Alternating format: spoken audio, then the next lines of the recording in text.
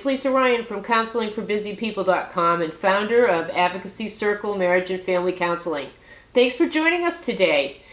Today we're going to talk about taking great care of your relationships when both of you are working. There are 6 essential tips I have that I think really work. Number 1, schedule time together. Time is what we all need more of. We spend our lives doing what's critical and postpone what's really important. Our relationships seem to settle for the breadcrumbs of our busy lives. Strong relationships don't just need work. They need our time. So schedule it. If you have kids, you have even less time for each other. So what happens when you're juggling your home, your job, your family, your relationship, your social life? Your relationship often comes last. So don't postpone time together. Make sure it tops your priority list. How you spend your time is a dead giveaway to what you think is most important. So choose each other and put a double feature on for the kids. Number 2, your marriage is not a competition.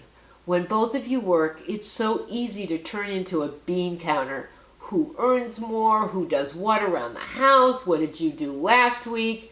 Be honest. Don't you have a small tally sheet stuck in your head somewhere? I know I do. Well, don't you? Instead, separate tasks with balance and thoughtfulness. Build your solutions and schedule those dog tasks together. If you always divide and conquer, you'll conquer nothing, and you might be left divided. So get less done on weekends. Do it together instead. Tackle those challenges as a team, and you may be surprised how much more you can get accomplished. Number 3, set boundaries between home and work.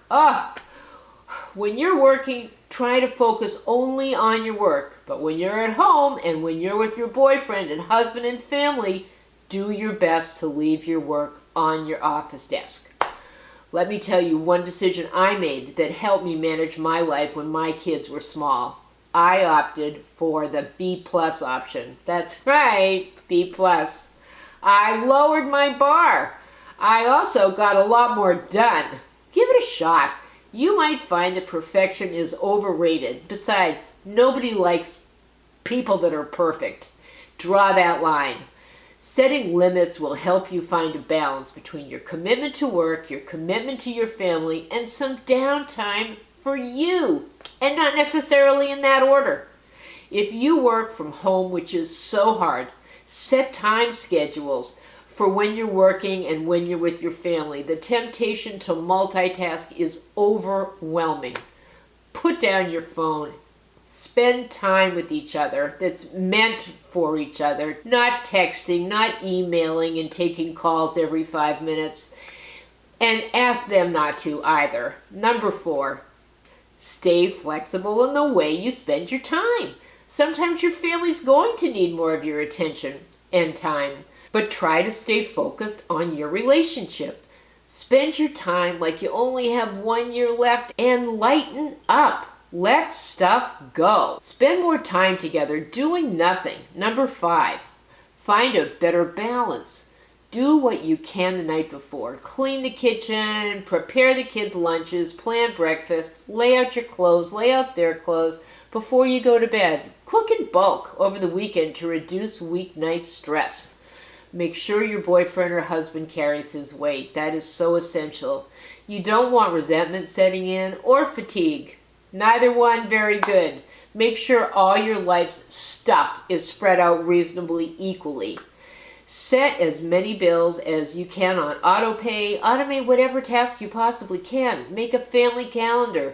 Work together to accomplish household chores. Put your kids to work. Let them feel like they're part of the family. Last, number 6. Give up on perfection. Stop comparing yourself to other people. We are all pretending it's easy and we are all lying. Stop worrying about being good enough.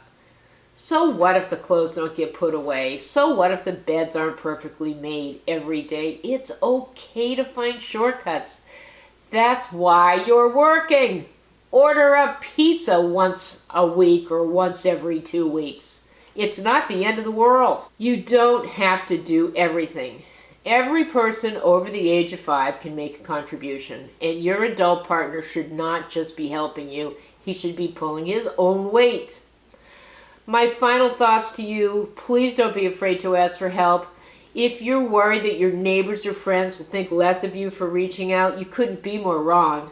They'll only be relieved that they're not the only ones feeling so overwhelmed. Chances are they've been in the same place a few times themselves.